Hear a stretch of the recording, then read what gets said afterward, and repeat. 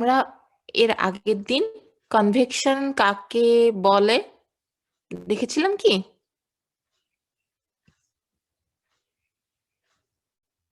Convection কিভাবে হয় বা ফ্লুইড মোশন।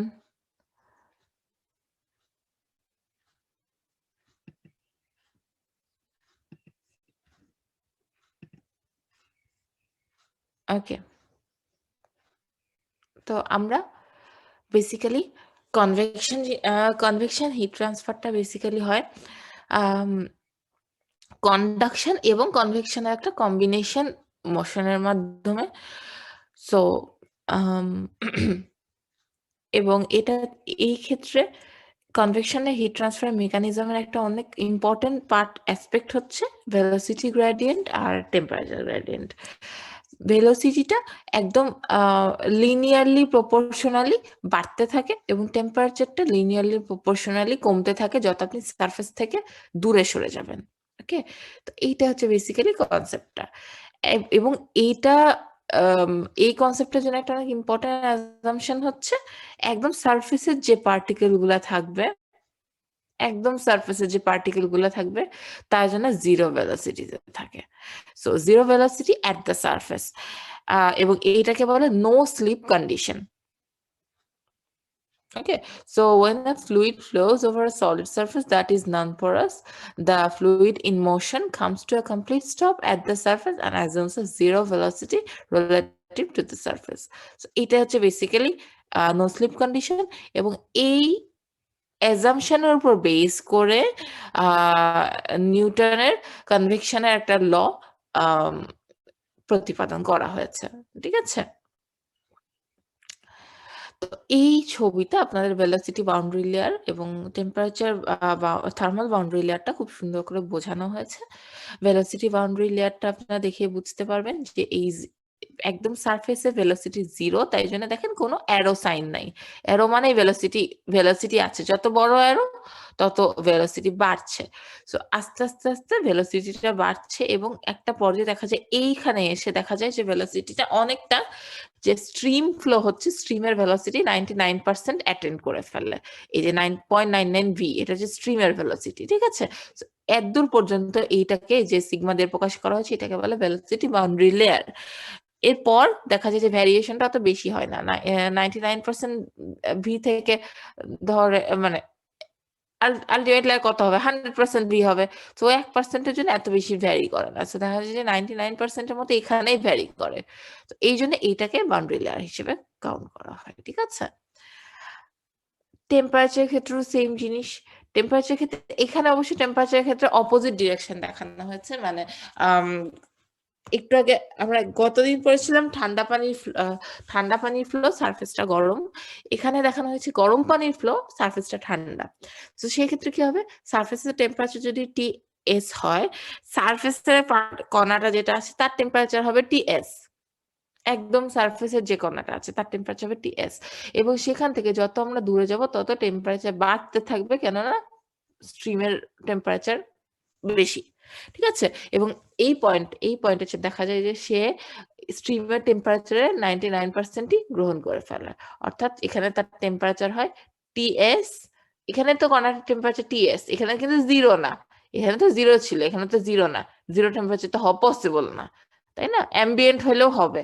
তো টিএস, এই পয়েন্টের টেম্পারেচার হবে টিএস প্লাস 99% টি ইনফিনিটি মাইনাস টিএস। টি ইনফিনিটি মানে কিন্তু অসীম টেম্পারেচার না, তো ইনফিনিটি মানে হচ্ছে স্ট্রিমের টেম্পারেচার।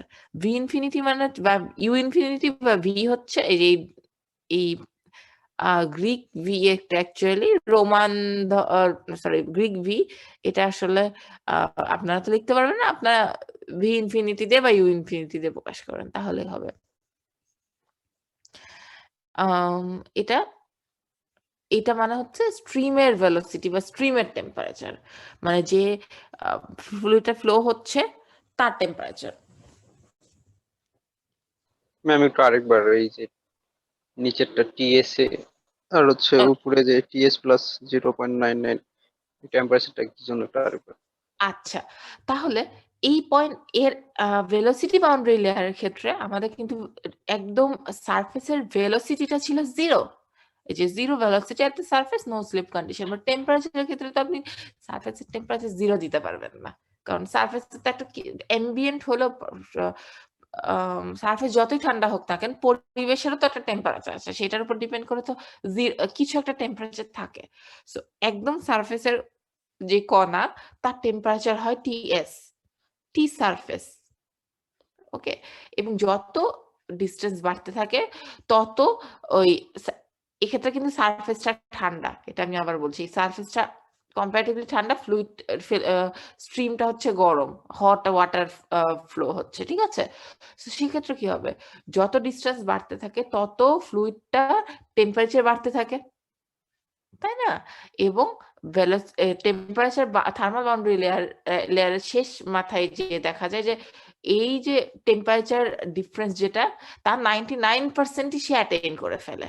অর্থাৎ TS plus 99% of the temperature difference. জি ম্যাম, বুঝতে পারছি।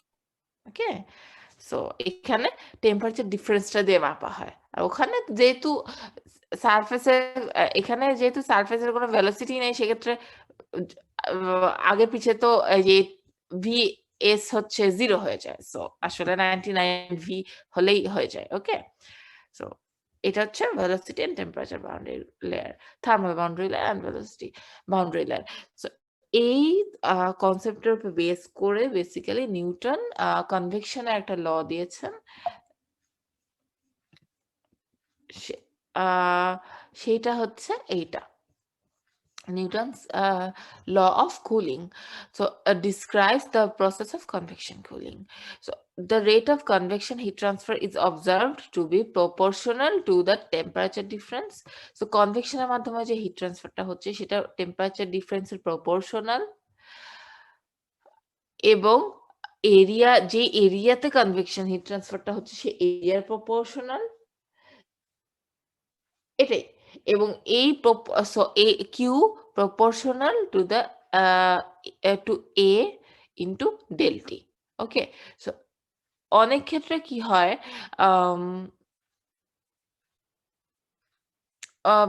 এই প্রপোর্শনাল সাইনটা দূর করার জন্য একটা প্রপোর্শনালিটি কনস্ট্যান্ট আমরা নিয়ে আসি।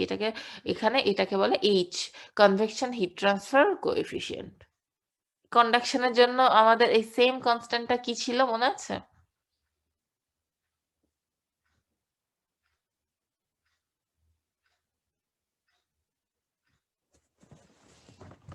ম্যাম কিসের জন্য? কন্ডাকশনের জন্য। কনভেকশনের জন্য এইচ আমরা পাচ্ছি প্রপোর্শনালিটি কনস্ট্যান্ট। কন্ডাকশনে মনে আছে সেম টাইপের একটা ল ছিল। রো সি বাই কে। না, ডিরেক্ট ফর্মুলাতে ফিউরিয়ার্স লতে কেটা ইউজ করছিলাম, কন্ডাক্টিভিটি, ওটা কিন্তু কন্ডাকশন কোএফিসিয়েন্ট। স্বাভাবিক, রোসি বাই কে তো ওখান থেকেই আসে, গুড। বাট একদম বেসিক্যালি কন্ডাকশনের জন্য যেটা কে, কনভেকশনের জন্য সেটাই এইচ। ওকে, তো এবং জি ম্যাম, বুঝতে পারছি। এক্ষেত্রে যে পার্থক্য একটাই, ফিউরিয়ার্স ল এর সাথে, ওখানে del T by del X একটা ছিল, যে কন্ডাকশন যে লেন্থে হচ্ছে তার উপর ডিপেন্ডেন্ট।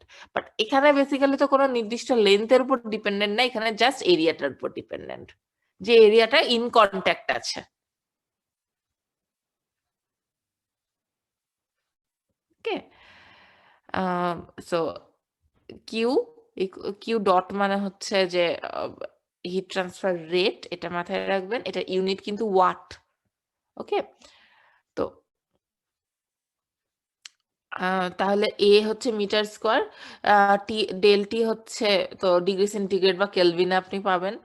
তাহলে এ ডেল তাহলে এইচ এর ইউনিট সেই হিসেবে হচ্ছে watt per metre square per degree centigrade. So per metre স্কোয়ারটা মিটার স্কোয়ার দিয়ে বাদ হয়ে যায়, আর পার ডিগ্রি সেন্টিগ্রেডটা ডিগ্রি সেন্টিগ্রেড দিয়ে বাদ হয়ে যায়। সো ইউনিটটা টোটালি হয় ওয়াট। ওকে, এবং এই যে পরের এখানে দেখানো হচ্ছে যে ওয়াট পার মিটার স্কয়ার এ দিয়ে ভাগ করে পার এরিয়ায় কতটুকু হিট ট্রান্সফার হচ্ছে, সো এটাই। এবং এখানে টার্মগুলো আর কি মোটামুটি পরিচয় করে দিয়েছে। এই যে কনভেকশন হিট ট্রান্সফার কোফিসিয়েন্ট যেটা H, এটা কিন্তু ফ্লুইডের নিজস্ব কোনো প্রপার্টি না। এটা হচ্ছে experimentally determined parameter whose value depends on all the variables influencing the convection such as surface geometry, nature of the fluid motion, properties of the fluid. ঠিক আছে? এখন ফ্লুইডের এখন কি ধরনের কনভেকশন হচ্ছে, ফোর্সড নাকি ন্যাচারাল? আমরা একটু পরে এখন একটু পরেই দেখবো কনভেকশন দুই প্রকার, ফোর্সড কনভেকশন এবং ন্যাচারাল কনভেকশন। ওকে, সো কি ধরনের কনভেকশন হচ্ছে, ফ্লুইডটা কি ধরনের, ফ্লুইডে কি কি প্রপার্টি আছে, সারফেসের কি কি জিওমেট্রি আছে, দুজনের কম্বিনেশনের কারণে কতটুকু কনভেকশন হচ্ছে, সব মিলিয়ে এই এইচটার ভ্যালু নির্ধারিত হয়। ঠিক আছে? কে এর ক্ষেত্রে কিন্তু ছিল দেয়ালের নিজস্ব প্রপার্টি, কিন্তু এক্ষেত্রে কিন্তু তা না। ওকে, এবং আরেকটা ইম্পর্টেন্ট কনসেপ্ট হচ্ছে Newton's law does not apply when convection is not linearly dependent on temperature gradient. So আপনি যদি নো স্লিপ কন্ডিশন না ধরেন তাহলে আপনি নিউটনের ল অফ কুলিং অ্যাপ্লাই করতে পারবেন না। That's why this is this much important. Okay, এখন আমরা দেখি কনভেকশনের ক্যাটেগরাইজেশন। কনভেকশন বেসিক্যালি দুই ধরনের। এক হচ্ছে ফোর্সড কনভেকশন, যে কনভেকশন প্রসেসটার জন্য আমরা এক্সটার্নাল কিছু মেশিন বা ইকুইপমেন্ট ইউজ করা লাগে, ফ্যান, পাম্প বা এক্সট্রা উইন্ড অ্যাপ্লাই করে যে কনভেকশনটা করা লাগে, এটা হচ্ছে ফোর্সড কনভেকশন। আর ন্যাচারাল কনভেকশন হচ্ছে যে পানির বুয়ন্সির কারণে অটোমেটিক্যালি এই যে এক লেয়ারের পানি গরম হচ্ছে, সে উঠে চলে যাচ্ছে, তারপর আরেক লেয়ারে সে তার জায়গাটা দখল করছে, এরকম পানি বুয়ন্সি ফোর্সের জন্য অটোমেটিক্যালি যে কনভেকশনটা হয় সেটা হচ্ছে ন্যাচারাল কনভেকশন।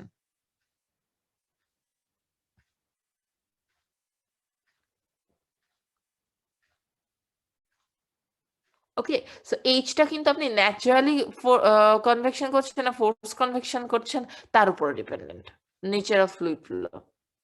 ইভেন ফ্লুইডটা কি অনেক জোরে ফ্লো করছে, টার্বুলেন্ট ফ্লো নাকি ল্যামিনার ফ্লো, নাকি একদম স্লো স্লো ফ্লোয়িং মোশন, তার উপর ডিপেন্ড করে। ঠিক আছে? সো এটা ফ্লুইড শুধু যে পানি ইউজ করছি, পানির এইচ কনস্ট্যান্ট, এটা চিন্তা করলে হবে না। ওকে,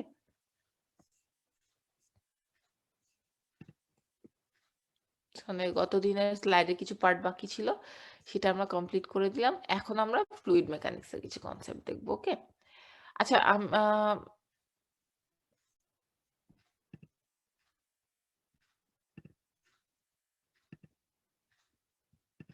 আচ্ছা আমি আম,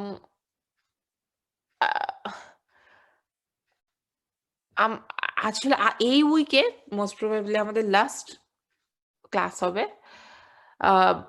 সো আপাততর জন্য আপনারা মনে হয় সবাই কম বেশি জানেন, আপাততর জন্য আমাদের লাস্ট ক্লাস হবে এই উইকে, মানে এই টার্মের জন্য। সো আপনাদের প্রিভিয়াস টার্মের সব শুরু করতে হবে, আম, সবকিছু আগের টার্মের যেগুলো পেন্ডিং আছে সেই কাজগুলো শেষ করতে হবে। সো আপাতত এই কোর্সটা আমরা একটু অফ রাখবো। সো আমার সিলেবাসটা মোস্ট প্রবাবলি আজকে আমি শেষ করে দিতে পারবো, কিন্তু আমার প্ল্যান ছিল যে আপনাদের সাথে ম্যাথ ক্লাস নিয়ে বসবো একদিন, ম্যাথ গুলো বুঝিয়ে দিব, বাট ওইটা তো আপাতত পসিবল হচ্ছে না আনফরচুনেটলি, যেহেতু নেক্সট উইক থেকে আপনাদের আগের টার্মের কোর্স ক্যাটালগ অ্যাকচুয়ালি শুরু হয়ে যাবে। সো আমি জাস্ট আপনাদের সিয়ারকে বলেছিলাম কি, মানে আমার অ্যাকচুয়ালি আপনাদের কতগুলো ক্লাস হয়েছে এটা একটা হিসাব লাগবে, জাস্ট কতগুলো ক্লাস হয়েছে। ওকে, সো আপনারা যখন অ্যাটেন্ডেন্সটা মেইল করবেন আমাকে একটু আপনাদের ক্লাসের একটা মোটা একটা রাফ একটা হিসাব দিয়েন তো, যে জাস্ট কতগুলো ক্লাস হয়েছে। ওকে, কারণ আমার কাছেও হিসাব আছে, জাস্ট আমার নিজের প্ল্যানিং এর জন্য, যে আমি অ্যাকচুয়ালি এটার জন্য কতটুকু টাইম বের করতে পারবো ম্যাথ ক্লাসটার জন্য। ওকে, তো আপনাদের পরীক্ষার আগে আমি একদিন নিয়ে নিব এরকম ক্লাস, যেন আপনারা আর কি মোটামুটি একটা জিস্ট একটা সিলেবাস আপনাদের সাথে কাছে থাকে। কিন্তু আজকে আমাদের থিওরিটিক্যাল সিলেবাস শেষ করে ফেলবো। ওকে, okay ma'am. So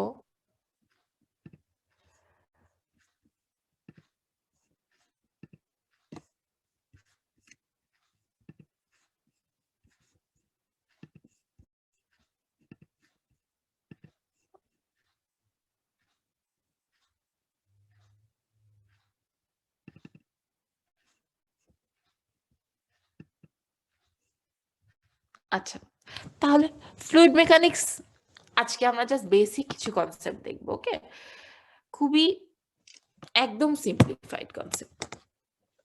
so fluid mechanics হচ্ছে বেসিক্যালি যে মেকানিক্সের যে পার্টটা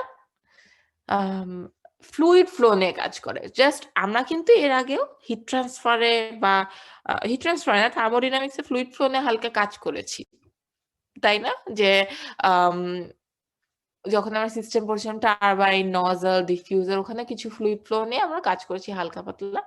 সো ফ্লুইড মেকানিক্স বেসিক্যালি শুধু ফ্লুইড ফ্লো নিয়েই কাজ করে। ওকে, তো এখানে এই স্লাইডটা হচ্ছে একদম জিস্টে দেওয়া আছে ফ্লুইড ফ্লো এর কি কি কনসেপ্ট আপনাদের জানা লাগবে, জাস্ট একদম বেসিক কনসেপ্ট গুলো। Rho equals to M by V, এটার এসআই ইউনিট কি, এটার ইউনিট কনভার্সন গুলো, 4 ডিগ্রি সেন্টিগ্রেডের ওয়াটারের রো কত, ঠিক আছে? এগুলো এগুলো আমি আর আপনাকে ডিটেইল দেখাবো না। Density and specific gravity. So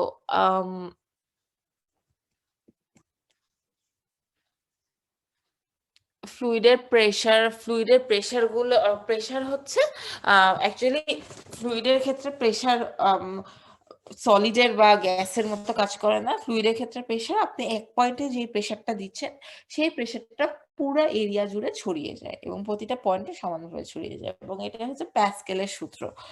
so এটা ইউনিট হচ্ছে pascal equals to newton per metre square. এগুলো আসলে আপনাদেরকে পড়ানোর কিছু নেই, জাস্ট জিস গুলো এখানে করা আছে।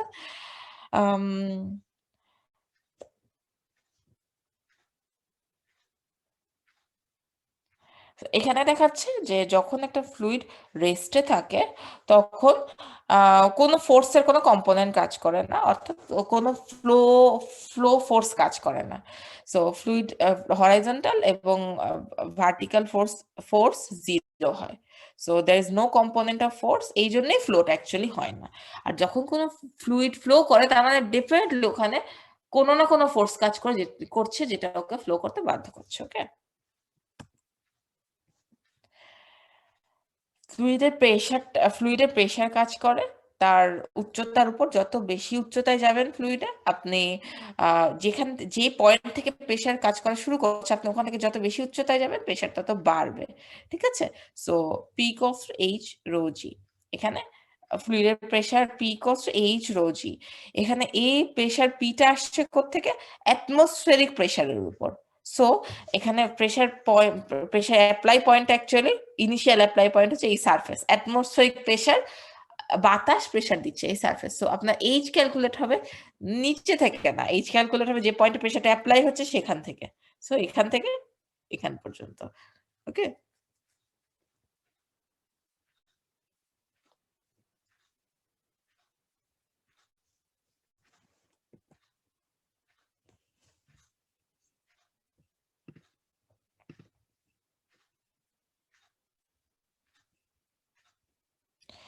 আচ্ছা,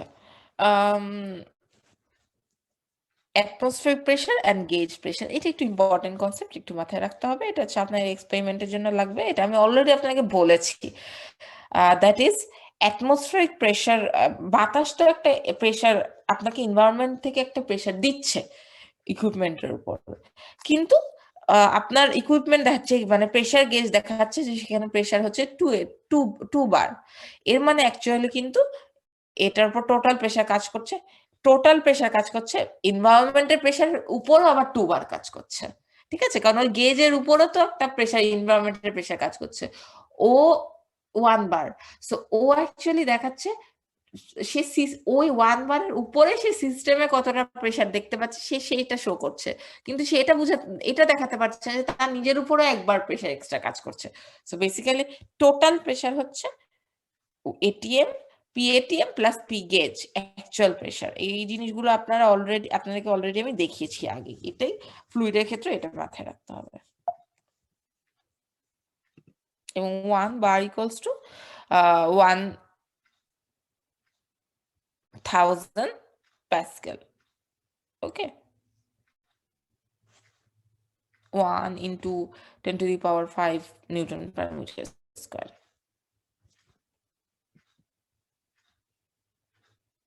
এই যে এখানে এটাই বলা হয়েছে P equals to actual pressure, P equals to P atmosphere plus P gauge. Okay, প্যাসকেলস principal একদম ছোট্টবেলায় পড়েছিলাম, মনে আছে?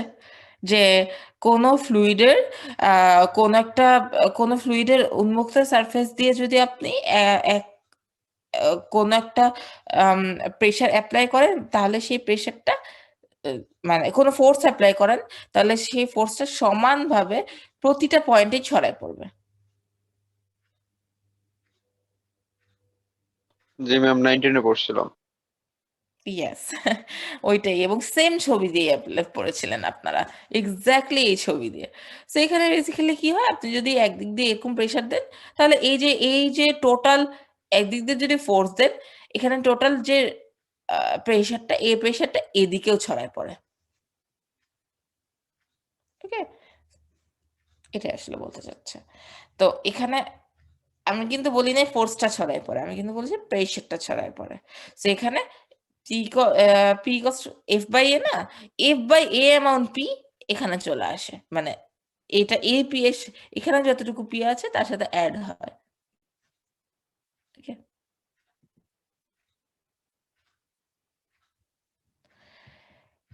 এখন প্রেসার গেজে কিভাবে এই প্যাসকেলের সূত্র কাজে লাগে, কিভাবে ব্যারোমিটার বা ম্যানোমিটারে প্রেসারটা মাপা হয়। ঠিক আছে, এটা হচ্ছে ওপেন টিউব ম্যানোমিটার।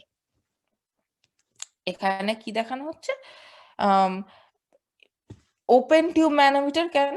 কারণ এর টিউবের এক সাইডটা ওপেন থাকে, বাতাসে উন্মুক্ত থাকে, এবং আরেক সাইড যেই পদার্থটা আপনি প্রেসার নিবেন, যে গ্যাস বা যেই সাবস্টেন্স আপনি প্রেসার নিবেন, তার ভেসেলের সাথে যুক্ত অবস্থায় থাকে। এটা সাধারণত গ্যাসিয়াস সাবস্টেন্সের প্রেসার মাপতে ইউজ করা হয়। তো গ্যাসিয়াস সাবস্টেন্স কি একটা চেম্বারে থাকে, সেই চেম্বারটার সাথে পরের টিউবের এই মাথাটা কানেক্টেড থাকে। ঠিক আছে, ডান সাইডের মাথাটা চেম্বারের সাথে কানেক্টেড থাকে। এখন ওই চেম্বার থেকে গ্যাস বের হয়ে ফ্লুইডের এই এই সারফেসে প্রেসার দিবে, এবং এই প্রেসারটা ছড়িয়ে এখানে চলে যাবে। সো নরমালি যদি আপনি কানেক্টেড না রাখেন, ফ্লুইডের কিন্তু দুই দিকে লেয়ার সমান থাকবে, যদি আপনি কানেক্টেড না রাখেন এই যে চেম্বারের সাথে। কিন্তু দুই দিকে লেয়ার সমান থাকবে, কারণ এদিকেও PATM প্রেসার দিচ্ছে, এদিকেও PATM প্রেসার দিচ্ছে। সো ওরা দুজন সমান লেয়ার রাখবে। ঠিক আছে, কিন্তু যখন এ একটু বেশি প্রেসার দিবে, তখন কি হবে, এ প্রেসারটা এদিকে ছড়িয়ে যাবে, এবং ছড়িয়ে দিয়ে এই যে PATM এর উপরে আরেকটা প্রেসার অ্যাড হবে, এবং যত প্রেসার অ্যাড হবে সেই প্রেসারটা হাইট হিসেবে উপরে উঠে যাবে, প্রেসারের চোটে উপরে উঠে যাবে ফ্লুইডটা। ঠিক আছে, এ প্রেসার দিয়ে ঠেলে নিচে নামাই দিচ্ছে, এবং ও প্রেসার দিয়ে উপরে উঠাই দিচ্ছে। ওকে, সো এই এক্সট্রা প্রেসারটা আপনি কিভাবে মাপতে পারবেন? H-rho-g ফর্মুলা দিয়ে। এই তরলের কতটুকু রো, এখানে কতটুকু জি কাজ করছে এরিয়াতে, এবং H কতটুকু উঠেছে, H-টা মাপার জন্য এই স্কেলটা আছে। সো এক্সট্রা যে এতটুকু প্রেসার আপনি H-rho-g দিয়ে মাপতে পারবেন। সো এই গ্যাসের টোটাল প্রেসার হচ্ছে P equals to PATM plus H-rho-g। বুঝা গেছে? জি ম্যাম। ইজি। ওকে, এক্সপেরিমেন্ট যখন করা হয় তখন এইভাবে মাপা হয়, এটা হচ্ছে ম্যানোমিটার। ওকে, এবং এই ক্ষেত্রে কিন্তু আপনি রো কিন্তু আবার পানির রো দিলে হবে না, এখানে যে ফ্লুইডটা ইউজ করছেন তার রো দিতে হবে। র্যান্ডমলি পানির 1000 দিয়ে দিলে কিন্তু হবে না। ওকে,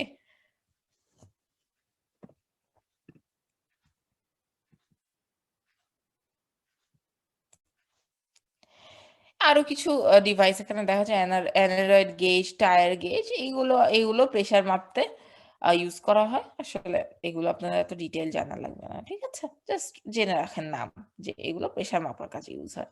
যে এখানে এয়ার প্রেসার, এই যে এটা হচ্ছে একটা পাম্পের মতো কাজ করে। এখানে এয়ার যতটুকু প্রেসার দেয়, এয়ার যতটুকু প্রেসার দেয়, এই যে লিঙ্কটা ততটুকু আর কি মুভ করতে থাকে। যত বেশি প্রেসার দেয় তত চেপে যায় এবং লিঙ্কটা মুভ করে এই কাঁটাটা ঘুরে দেখায় আপনাকে যে কতটুকু এয়ার প্রেসার দিচ্ছে।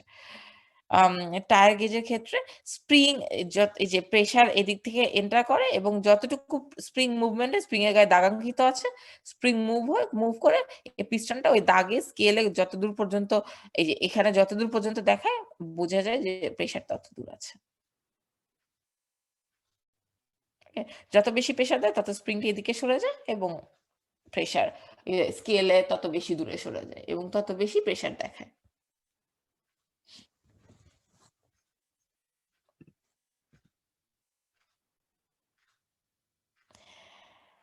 সো এটা হচ্ছে ব্যারোমিটার। ব্যারোমিটারে আমরা এটা অলরেডি আপনারা জানেন। কৈশিক নল পরীক্ষা। ব্যারোমিটারের ক্ষেত্রে অ্যাকচুয়ালি সেম ওই যে উঠে এখানে একটা লিকুইড রাখা হয় এবং ওই লিকুইডের ওপরে একটা কৈশিক নল এভাবে একদম লম্বালম্বিভাবে রাখা হয় এবং ওই কৈশিক নল বেয়ে লিকুইড এই যে বাইরে থেকে প্রেসার দেয় এটিএম এবং কৈশিক নলের ভেতরে ভ্যাকুয়াম থাকে। সো বাইরে থেকে প্রেসার দেয় এবং ভ্যাকুয়ামে কি হয় যে বাইরে থেকে যে পরিমাণ প্রেসার দিচ্ছে ওই প্রেসারটা ব্যালেন্স করার জন্য যেহেতু ভ্যাকুয়াম 0 ভেতরে।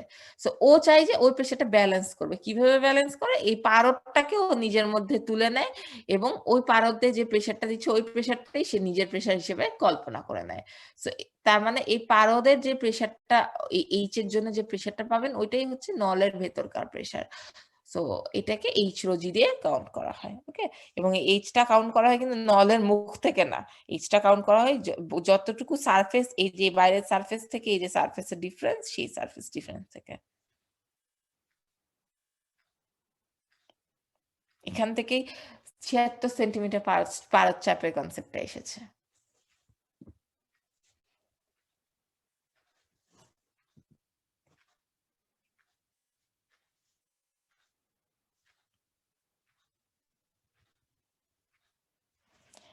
সো যেকোনো লিকুইড আপনি ইউজ করতে পারেন এখানে। যেই লিকুইড ইউজ করবেন সেই হিসেবে আপনার টিউবে আ লিকুইডটা উঠে যাবে। ঠিক আছে? যদি পারদ ইউজ করেন ৭৬ সেন্টিমিটার হবে। পানি ইউজ করলে ডিফারেন্ট হাইট এ হবে। কিন্তু আম দা যত বেশি ডেনসিটি বেশি লিকুইডের তত ভালো এই ব্যারোমিটারে ইউজেবল হয়। কেননা যত ডেনসিটি কম তত তার হাইট বেশি উঠতে হয়। এত বড় টিউব তো অনেক সময় পাওয়া যায় না। য যা কারণ এইচ রো জি। সো আল্টিমেটলি সে সেম প্রেশারটাই এইচ এবং রো দিয়ে ব্যালেন্স করে, তাই না? সো রো যদি কম হয়, এইচ বেশি অনেক হওয়া লাগে। সো এইজন্যে আ যত ডেন্স ফ্লুইড হয় তত রো বেশি হয়। সো এইচ খুব বেশি উঠে না। আমরা খুব ইজিলি মাপতে পারি। ওকে?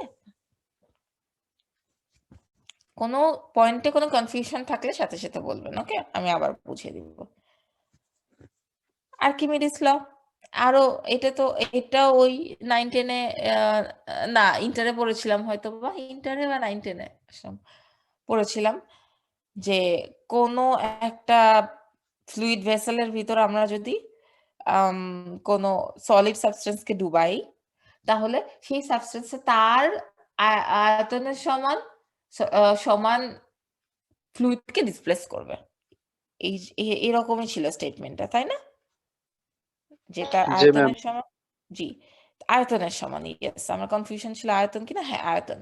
সো এইটা এবং এখান থেকে বেসিক্যালি ওই প্লবতার কনসেপ্টটা এসেছিল।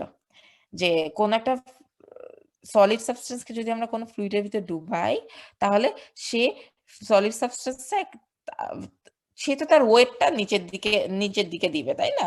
তার ওয়েটের প্রেশারটা নিচের দিকে পড়বে। এবং তার সমান পরিমাণ তার যত বেশি ওয়েট তত বেশি পরিমাণে পানি অপোজিট মুখে একটা ফোর্স দিবে। এটাকেই বলে বুয়ন্সি বা প্লবতা। ওকে? সো এটা সবসময়ই আপওয়ার্ড মোশন এ হয়। অলওয়েজ যেদিকে আপনার সাবস্টেন্স টা তো গ্র্যাভিটির ফলে নিচের দিকে যাবে। সো তার অপোজিট মোশন এ প্লবতা কাজ করবে। ওকে? আর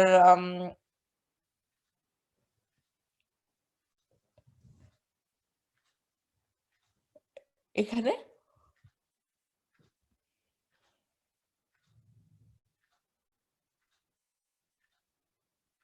তাহলে এখানে কোন ফোর্সটা অ্যাকচুয়ালি কাজ করছে এখানে এবং এখানে এখানে তাহলে নিচের দিকে ওই পদার্থটার একটা নিজস্ব একটা ফোর্স নিচে কাজ করছে, ফ্রিকশনাল বা ওয়েট সব মিলিয়ে একটা ফোর্স নিচে কাজ করছে, এবং উপর দিকে আরেকটা ফোর্স কাজ করছে প্লবতা, এবং এই দুটা ফোর্সের লব্ধি ফোর্সে বস্তুটার ডিরেকশন আসলে মেনটেন করে। ঠিক আছে, তো দেখা যায় যে যদি প্লবতা ফোর্সটা এতটা বেশি হয় না, যেটা আর কি অনেক সময় যে কিছু অবজেক্ট ডুবে যায় এবং কিছু অবজেক্ট ভেসে ওঠে, তাই না? সো এটা আসলে ডিপেন্ড করে ওই সাবজেক্ট ওই অবজেক্টটার ডেনসিটি কত, ডেনসিটি কারণে ওয়েট কত হচ্ছে এটার উপর। ঠিক আছে, তো এখানে দুইটা ফোর্সের পার্থক্য ইকুয়ালস টু ফোর্স কি দিয়ে প্রকাশ, force F equals to P A না, তো এখানে তাই ইউজ করেছে, দুটা ফোর্সের পার্থক্য equals to P into A. এখানে পি হচ্ছে এইচ রো জি, এই যে এইচ রো জি ইন্টু এ।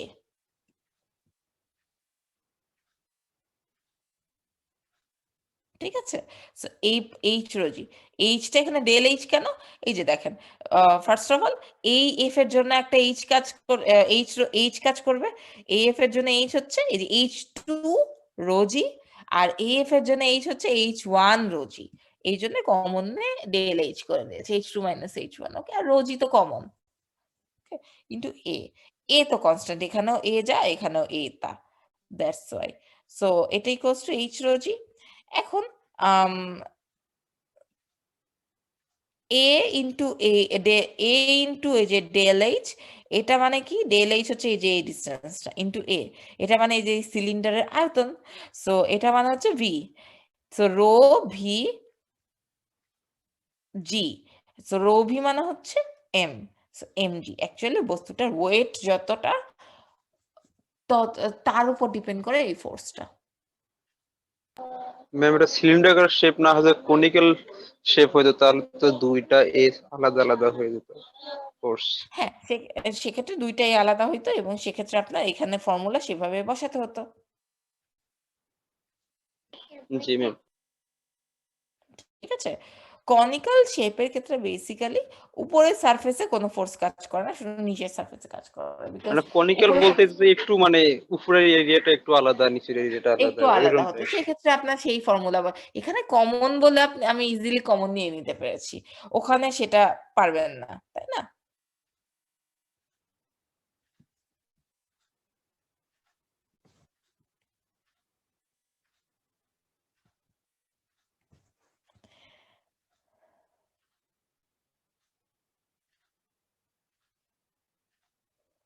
সো এটা আসলে আর্কিমিডিস ল,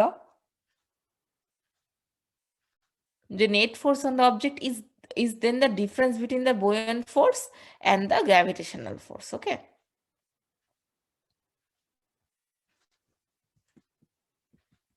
এখানে অবজেক্টের ডেন্সিটি যদি বেশি হয় সেক্ষেত্রে সে ডুবে যায়, ডেন্সিটি যদি কম হয় তবে সে ভাসে, এইসব কথা বলা হচ্ছে, এগুলো হচ্ছে আর্কিমিডিস প্রিন্সিপালের অ্যাপ্লিকেশন, এগুলো আপনারা অনেক আগে থেকেই জানেন, এগুলো আসলে রিভিউ করার কিছু নেই, জাস্ট দিয়ে রাখা আছে। For a floating object, the fraction that is submerged is given by the ratio of the object's density to that of the fluid. So এটাই যে পার্শিয়ালি যদি সে পার্শিয়ালি ডুবে থাকা অবজেক্টের ক্ষেত্রে ডিপেন্ড করে ফ্লুইডের ডেন্সিটির সাথে তার ডেন্সিটি রেশিওর উপর ডিপেন্ড করে। ওকে,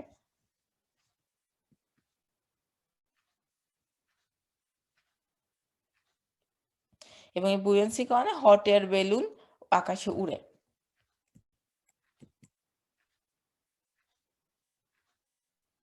আচ্ছা, এখন আমরা অ্যাকচুয়াল ইম্পর্টেন্ট একটা কনসেপ্টে আসছি, ফ্লুইডস ইন মোশন, এখানে ফ্লো রেট নিয়ে কাজ করব। সো ফ্লুইডের মোশন বেসিক্যালি দুই ধরনের, ল্যামিনার ফ্লো এবং টার্বুলেন্ট ফ্লো। একটু আগে আমরা যে কনভেকশনে কাজ করছিলাম না, ওখানে ও বেসিক্যালি এটাই হচ্ছে ওখানে মানে একবার বললাম না টার্বুলেন্ট ল্যামিনার।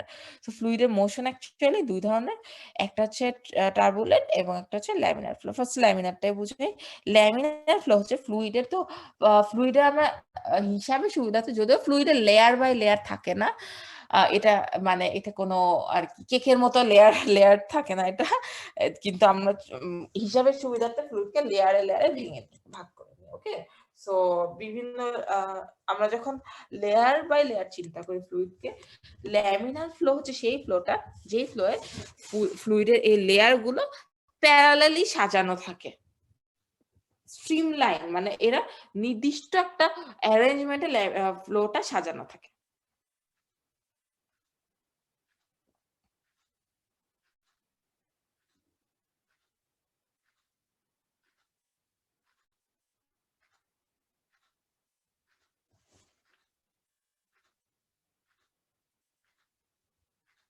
ওকে, এই যে এইটা হচ্ছে laminar flow,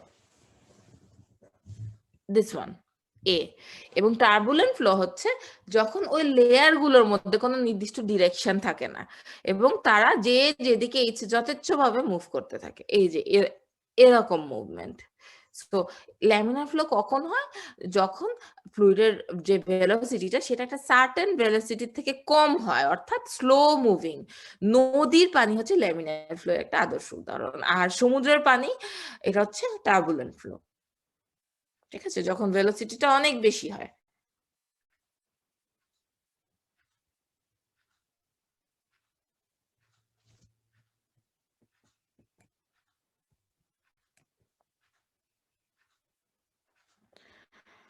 so equation of continuity হচ্ছে শুধুমাত্র ল্যামিনার ফ্লো এর জন্য একটা equation. So the mass flow rate is the mass that passes a given point per unit time. এখানে আমরা mass flow rate নিয়ে কাজ করব।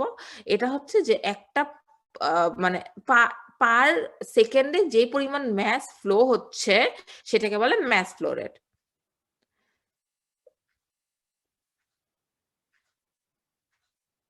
দ্য ফ্লো রেটস অ্যাট একটা ফ্লুইড, যেটা ল্যামিনার ফ্লোতে যে ফ্লুইডটা ফ্লো হচ্ছে, ফ্লো রেট যে কোনো দুইটা পয়েন্টের ফ্লো রেট সবসময় ইকুয়াল হবে, যে কোনো দুইটা পয়েন্টের। টার্বুলেন্টের ক্ষেত্রে মানে এই পয়েন্টে যে রেটে ফ্লো হচ্ছে এই পয়েন্টে সেই রেটে ফ্লো হচ্ছে। টার্বুলেন্টের ক্ষেত্রে কিন্তু তা না, যে কোনো পয়েন্টে যে কোনো রেটে ফ্লো হতে পারে। সো এটা হচ্ছে equation of continuity. Okay, so এটাকে প্রকাশ করা হয় রো এ ভি দিয়ে। তো যদি এক পয়েন্টের রো এ ভি এবং ল্যামিনার ফ্লো এর ক্ষেত্রে এক পয়েন্টের rho A V equals to আরেক পয়েন্টের রো এ ভি।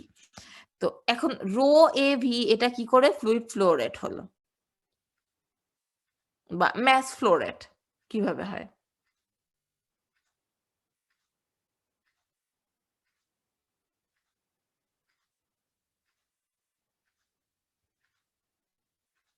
কার কোনো ধারণা আছে? ম্যাস ফ্লো রেট তো হচ্ছে যে kilogram per second.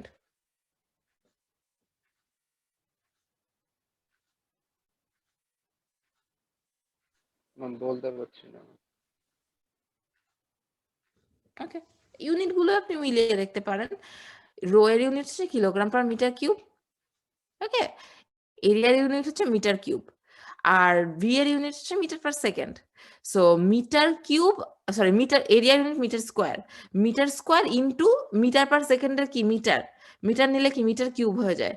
So kilogram per metre কিউবের পার মিটার কিউব, আর এদিকে কিন্তু চেঞ্জ, এদিকে কিন্তু বাদ হয়ে যায় মিটার কিউব, শুধুমাত্র থাকে কিলোগ্রাম পার সেকেন্ড। ইউনিট মিলালেই বুঝতে পারবেন।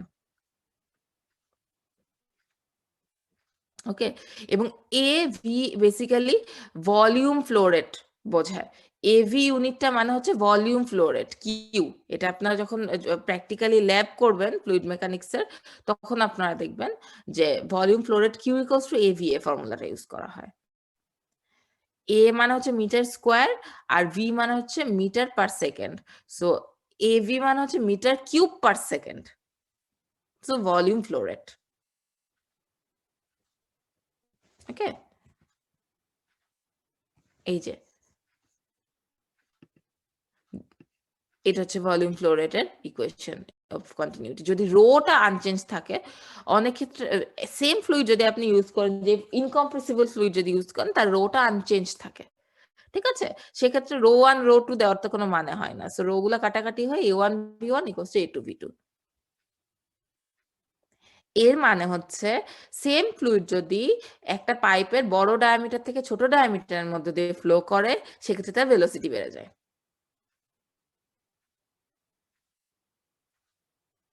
ওকে, অর্থাৎ এ যদি কমে, A1 B1 equals to A2 B2 তো। সো এ যদি কমে যায়, ভি বেড়ে যায়, ভি যদি কমে যায়, এ বেড়ে যায়।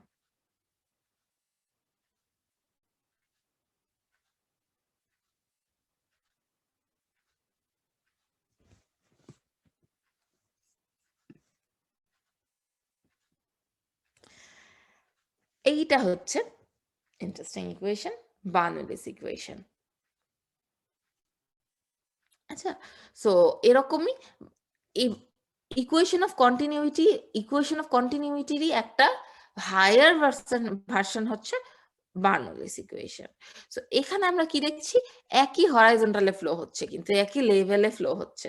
কিন্তু বিজ্ঞানী বার্নৌলি উনি একই লেভেলের ফ্লো না, উনি ডিফারেন্ট হাইটের ফ্লো নিয়ে কাজ করেছেন। ওকে, এবং ডিফারেন্ট হাইটের যদি ফ্লো থাকে, ডেফিনেটলি ফ্লো থাকা মানে কি প্রেসার ডিফারেন্স আছে। ওকে, সো যদি এই পয়েন্টে ওই লিকুইডটার উপর প্রেসার পড়ে P1, এবং এই পয়েন্টের রো, ধরে নিচে same fluid, rho constant, rho যদি ডিফারেন্ট হয় সেক্ষেত্রে রো 1 রো 2 আমরা ইউজ করতে পারি, রো কনস্ট্যান্ট। এবং এই পয়েন্টে যদি তার এরিয়া হয় A1, সো এই পয়েন্টে সেক্ষেত্রে তার করেসপন্ডিং ভেলোসিটি হবে V1, এবং এই হাইটটা যদি হয় Y1, এবং এই ক্ষেত্রে সবকিছু 2 দিয়ে যদি প্রকাশ করি আমরা, সেক্ষেত্রে বার্নৌলির ইকুয়েশন হচ্ছে এই পয়েন্টে টোটাল যে ফোর্সটা কাজ করছে, যে এনার্জি কাজ করছে, ইকুয়ালস টু এই পয়েন্টে টোটাল যে এনার্জি কাজ করছে।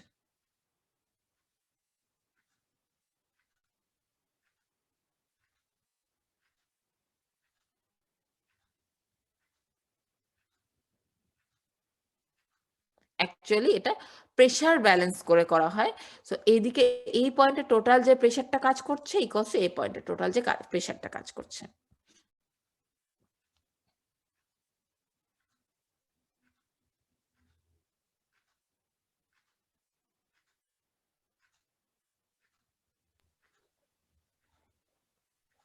ম্যাম ইকুয়েশনটা যদি একটু বুঝাতেন।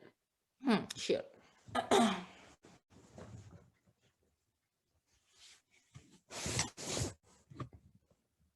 সো এই পয়েন্টে টোটাল যে প্রেসারটা কাজ করছে সেটা নিয়ে আগে কাজ করি। এর একটা নিজস্ব প্রেসার আছে, এবং এর যে নিজস্ব প্রেসারটা হচ্ছে P1, এর নিজস্ব প্রেসার, যেটা হচ্ছে তার গেজ প্রেসার দিয়ে প্রকাশ করা হয়, গেজের মাধ্যমে আমরা এটা মাপতে পারি, ঠিক আছে? সো এই পয়েন্টে তার নিজস্ব প্রেসার হচ্ছে P1। সো P1, তার সাথে এই ফ্লুইডটা তো মোশনে আছে, তাই না? সো তার একটা ফ্লো ভেলোসিটি আছে। জি ম্যাম। ওকে, সো সেইটার জন্য, ওই ভেলোসিটির জন্য সে একটা টার্ম সে অ্যাটেইন করবে, দ্যাট ইজ হাফ mv²। ঠিক আছে, কিন্তু এখানে হাফ mv² না দিয়ে এখানে হাফ ρv² দেওয়া হয়েছে। কেন? বিকজ পার পার ভলিউম কতটুকু ভেলোসিটি নিয়ে সে ফ্লো করছে সেটা নিয়ে এখানে কাজ করা হয়। সো পার ভলিউম মানে কি হয়, m/v, m/v মানে রো হয়ে যায়। ফ্লো রেট নিয়ে কাজ করছে অ্যাকচুয়ালি, ঠিক আছে? সো এখানে সেইটা হলো। এখন আম আর কি, আরেকটা হচ্ছে এই যে বললাম না ডিফারেন্ট হাইটে আছে, এই হাইটের জন্য সে একটা হাইট ডিফারেন্স একটা প্রেশার অ্যাটেন্ড করে, জাস্ট হাইট, এই ডিফারেন্ট হাইটে থাকার কারণে, যে ভূপৃষ্ঠ থেকে এবং তাদের দুজনের মধ্যে যে ডিফারেন্ট হাইটটা আছে সেটার জন্য, এবং সেটার জন্য সে এই এইচ রো জি এই প্রেশারটাও একটা এক্সট্রা প্রেশার অ্যাটেন্ড করে। সো তার নিজস্ব ফ্লুইডের নিজের একটা প্রেশার আছে পি, তার গতিশক্তির কারণে সে এই যে এই টার্মটা অ্যাটেন্ড করে, এবং তার যে হাইটটা আছে ওই হাইটের জন্য সে আর একটা প্রেশার অ্যাটেন্ড করে। সো এই সব মিলিয়ে তার নিজস্ব ফুল প্রেশার হচ্ছে এইটা। সো এই পয়েন্টের প্রেশার ইকুয়ালস টু এই পয়েন্টের প্রেশার। তো এই জন্য P plus half rho V square plus H rho G. এই পয়েন্টের জন্য এইচ হচ্ছে y2 ইন্টু রো ইন্টু জি, এই পয়েন্টের জন্য y1 ইন্টু রো ইন্টু জি। যদি ইনকম্প্রেসিবল ফ্লুইড হয় সেক্ষেত্রে রো বাদ চলে যায়। ইনকম্প্রেসিবল ফ্লুইডের জন্য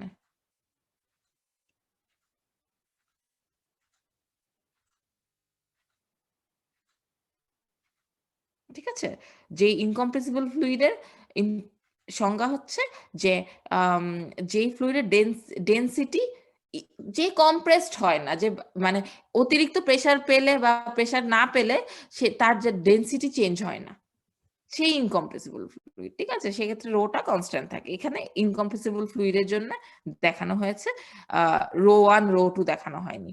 যদি তা না হতো সেক্ষেত্রে রো 1 রো 2 আমরা অ্যাপ্লাই করতাম। এবং এই বার্নৌলিস ইকুয়েশন থেকে আমরা এটা বুঝতে পারি যে যদি এই যে এই টার্মটার ভ্যালু অর্থাৎ ভেলোসিটির ভ্যালুটা যদি বেড়ে যায়, এই টার্মটার ভ্যালুটা বেড়ে যায়, সেক্ষেত্রে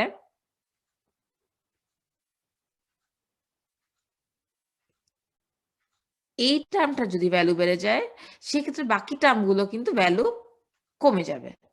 এবং যদি এই টার্মটার ভ্যালু যদি ভেলোসিটির উপর ডিপেন্ড করবে আসলে বাকি প্রেশারগুলো, এই যে এই নিজস্ব প্রেশারটা কমে যাবে।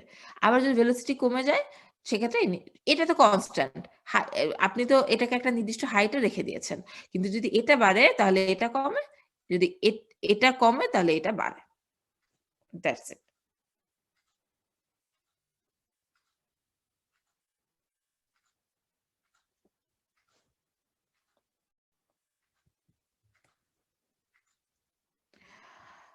আর এটা হচ্ছে টরিসেলি থিওরেম। টরিসেলি থিওরেমে উনি বলেছেন যে আমরা যদি অ্যাম্বিয়েন্ট প্রেসারে রাখি কোনো একটা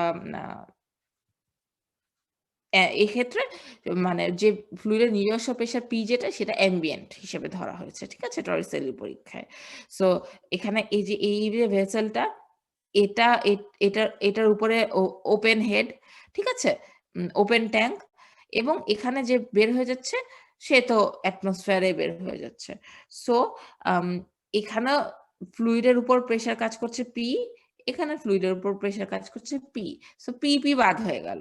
ঠিক আছে, এবং এক্ষেত্রে যেহেতু ওপেন ট্যাঙ্ক সেক্ষেত্রে যে এইখানে ভেলোসিটি অলমোস্ট 0 ধরে নেওয়া যায়, যে যদিও পান এখানে যদি আমি কলটা ছেড়ে দিই তাহলে কি একটা অত্যন্ত দ্রুত গতিতে এই ভি নিয়ে এখান থেকে পানি বের হতে থাকবে।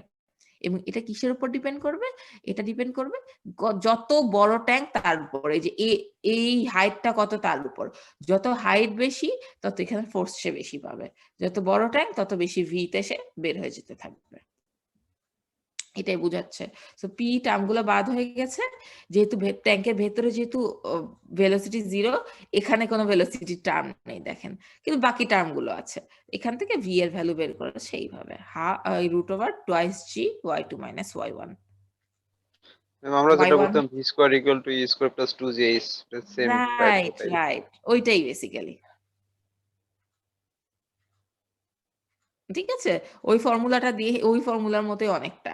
এবং এই ধরনের মেথড আপনারা করেছেন আসলে, যে এদিক দিয়ে ভেলোসিটিতে বের হয়ে যাচ্ছে, বের করো কত ভেলোসিটিতে বের হবে, তাই না? সো এরকম।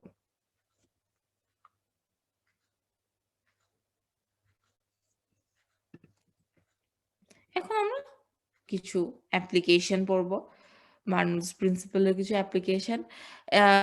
এয়ারপ্লেনের এয়ারপ্লেন বাতাসে উড়ে, এর কারণ হচ্ছে lift on an airplane wing is due to the different airspeeds and pressure on the two surfaces of the wing. So এই যে এয়ারপ্লেন যে বাতাসে উড়ে এবং তার মোশন কন্ট্রোলটা কিন্তু অ্যাকচুয়ালি এই বার্নৌলিস ইকুয়েশন অ্যাপ্লাই করেই করা হয়, ঠিক আছে? যে এয়ারপ্লেনের দুই দিকের পাখাটা কত হাই ডিফারেন্স আছে এবং সেইখানে প্রেশারটা কিভাবে আমরা ডিস্ট্রিবিউট করতে পারছি তার উপর বেসিস করে দেখা যায় যে ডানে যাওয়ার টাইমে একদিকের পাখা নিচে নামে, একদিকের পাখা উপরে উঠে, এইভাবে কিন্তু দুই দিকের ভেলোসিটিটা ব্যালেন্স করে, এইভাবে এরোপ্লেনটা মুভ করতে থাকে। সো বেসিক্যালি এরোপ্লেন আকাশে উড়েই বার্নৌলিস প্রিন্সিপাল এবং বুয়ন্সি প্রিন্সিপালটা ইউজ করে। তারপর বলের স্পিনিং এর ক্ষেত্রে বার্নৌলিস প্রিন্সিপাল আমরা অ্যাপ্লাই করতে পারি, যে আপনারা যখন ক্রিকেট খেলেন বল যখন স্পিনিং করেন সেখানেও বার্নৌলিস প্রিন্সিপাল অ্যাপ্লাই করা যায়, ঠিক আছে? এবং মানুষের ভেইনে, মানুষের আর্টারিতেও বার্নৌলিস প্রিন্সিপালের মাধ্যমেই আর কি, মানে জাস্ট অ্যাকচুয়ালি এগুলো থেকে আইডিয়াটা আসছে। ইটস নট লাইক যে বার্নৌলিস প্রিন্সিপাল ওয়াইজ আপনার আর্টারিতে ব্লাড ফ্লো হয়, মানে এইসব থেকে কনসেপ্টটা এসেছে যে হ্যাঁ এইভাবে প্রেশারটা চেঞ্জ হয় ফ্লুইডে, ঠিক আছে? যে আপনার যদি কোনো ভেইনে যদি ব্লক হয়ে যায়, হার্ট ব্লক হয়ে যায়, সেক্ষেত্রে কি হয়, ওখানে তো কোনো ফ্লুইডের ফ্লো হয় না, তাই না? সো ওইখানে তখন কি হয়, ভেলোসিটিটা কমে যায়, তাই না? সো ভেলোসিটিটা কমে যায় এবং এর ফলে প্রেশারটা অনেক বেড়ে যায় ওখানে। সো ওইটা ব্যালেন্স করার জন্য, ওই বেশি প্রেশারটা ব্যালেন্স করার জন্য অন্য জায়গা থেকে ব্লাড ফ্লো হয়ে ওই হার্ট ব্লকের ওখানে আসা ট্রাই করে এবং মানে ওই এবং যেহেতু ওখানে তারা ফ্লো করে চলে আসে, সেহেতু তখন আবার ভেলোসিটিটা বেড়ে যায়, প্রেশারটা আস্তে আস্তে কমতে থাকে এবং রিডিউস হতে থাকে। সেইভাবে বাড়া কমার মাধ্যমে মানে শরীরের বিভিন্ন জায়গায় ব্লাড ফ্লোটা ব্যালেন্স হয়, ঠিক আছে? সো বেসিক্যালি এটাই হচ্ছে, আর বিভিন্ন ধরনের অ্যাপ্লিকেশন এখানে দেওয়া আছে। তো এগুলা পড়ে নিবেন, এটা মানে জাস্ট বোঝার জন্য, ঠিক আছে? আর লাস্টে শুধু একটা ভিসকসিটির যে ফর্মুলা, নিউটনস ল অফ ভিসকসিটি আপনারা হয়তোবা মনে আছে, ইন্টারে পড়েছিলেন ফার্স্ট ইয়ারে, তো সেটা দিয়ে রেখেছি। যে ফ্লুইডের বিভিন্ন লেয়ারের মধ্যে যে ল্যামিনার ফ্লো আমরা দেখলাম না, লেয়ার বাই লেয়ার, এই লেয়ারের মধ্যে যে ভিসকাস যে ফোর্সটা কাজ করে, অর্থাৎ ওই ফ্লুইডের ফ্লোকে বাধা দেয় যে ফোর্সটা, সেইটা ওই ফ্লুইডের ওই এরিয়ার উপর ডিপেন্ডেন্ট, এর উপর ডিপেন্ডেন্ট, ভেলোসিটির উপর ডিপেন্ডেন্ট এবং লেয়ার দুটোর মধ্যেকার ডিস্টেন্সের উপর ডিপেন্ডেন্ট। সো এবং এখানে একটা প্রপোর্শনালিটি কনস্ট্যান্ট ইটাও আছে, ভিসকসিটি কনস্ট্যান্ট, ঠিক আছে? সো আমরা যখন ম্যাথ দেখব, বলেছিলাম যে একদিন আমি একটু ম্যাথে টাইম দিব, তখন কিছু আমি দেখাই দিব যে বইয়ের কোন কোন ম্যাথগুলো দেখতে হবে, কারণ এই ফর্মুলাগুলো পড়লেই হবে না, এগুলো নিয়ে ছোটখাটো ম্যাথ আসবে, ঠিক আছে? Okay ma'am. তো বেসিক্যালি আজকের লেকচার এতটুকুই, খুবই সিম্পল এবং একটা জিস লেকচার। কার কোন কোশ্চেন আছে? Yes miss. ম্যাম বলছিলাম হচ্ছে যে প্রেশার বাড়লে ভেলোসিটি কেমনে কমে? আপনি বার্নৌলিস ইকুয়েশনে যেটা দেখালেন। হুম। আচ্ছা, আমি তাহলে আরেকবার একটু শেয়ার দিই।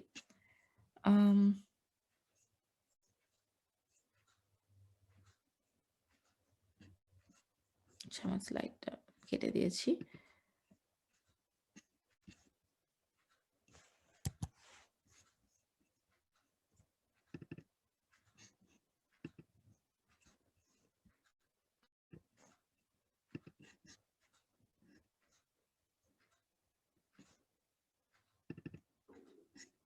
ওকে, আচ্ছা, সো এক্ষেত্রে কি হয়, প্রেশার যখন বাড়ে, আচ্ছা মানে কি আপনি এই ইকুয়েশন থেকে জানতে চাচ্ছেন নাকি ওই হার্ট ব্লকের উদাহরণটা থেকে জানতে চাচ্ছেন? ম্যাম আপনি একটা এক্সাম্পল দিয়ে বোঝাইলে ভালো হয়। আচ্ছা, সো এখানে আমি আগে ইকুয়েশনটাই দেখাই।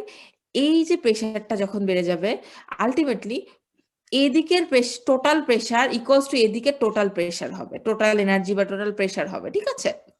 এখন এদিকের টোটাল প্রেসার হচ্ছে এইটা, সো এইটা তো কনস্ট্যান্ট, কারণ এইটা ডিপেন্ড করছে কোন হাইটে আছে আপনার পাইপটা তার উপর। সো এটা আসলে এটাতে আপনার হাত দেওয়ার কিছু নেই, জায়গাও নির্দিষ্ট, সো জি কনস্ট্যান্ট, রো তো ইনকম্প্রেসিবল ফ্লুইডের জন্য কনস্ট্যান্ট। ওকে, সো এখন ডিপেন্ড করে এই দুটার উপর। আপনি আপনি দেখেন যদি পি বেড়ে যায়, যদি প্রেসারটা বেড়ে যায়, মনে করেন এদিকে আপনি এখন এয়ারের সাথে কানেক্টেড আছে, এখন যদি সে অন্য কিছুর সাথে যদি কানেক্টেড হয়, কার্বন মানে মিথেন গ্যাসের সাথে যদি কানেক্টেড হয়, তাহলে কিন্তু এইদিকের প্রেসারটা ডিফারেন্ট হয়ে যাবে, তাই না? এই প্রেসারটা ডিফারেন্ট হয়ে যাবে। এই প্রেসারটা যদি বেড়ে যায়, এদিকের প্রেসারটা তো কনস্ট্যান্টই আছে, এদিকের প্রেসারে তো কোনো হাত পড়ে নাই। এই প্রেসারটা যদি বেড়ে যায়, সেক্ষেত্রে সেইটা ব্যালেন্স করার জন্য এই যে ভিটা তখন চেঞ্জ হবে, কারণ রো কনস্ট্যান্ট, জি কনস্ট্যান্ট, ওয়াই কনস্ট্যান্ট, ভিটা তখন চেঞ্জ হবে। ওকে, সো এটাকে ব্যালেন্স করবে সে কিভাবে? এটা বাড়লে এটা কমবে, তাহলে টোটাল ভ্যালুটা কনস্ট্যান্ট থাকবে। আবার এটা যদি বাড়ে, এটা যদি কমে, এটা বেড়ে গিয়ে টোটাল ভ্যালুটাকে কনস্ট্যান্ট রাখবে।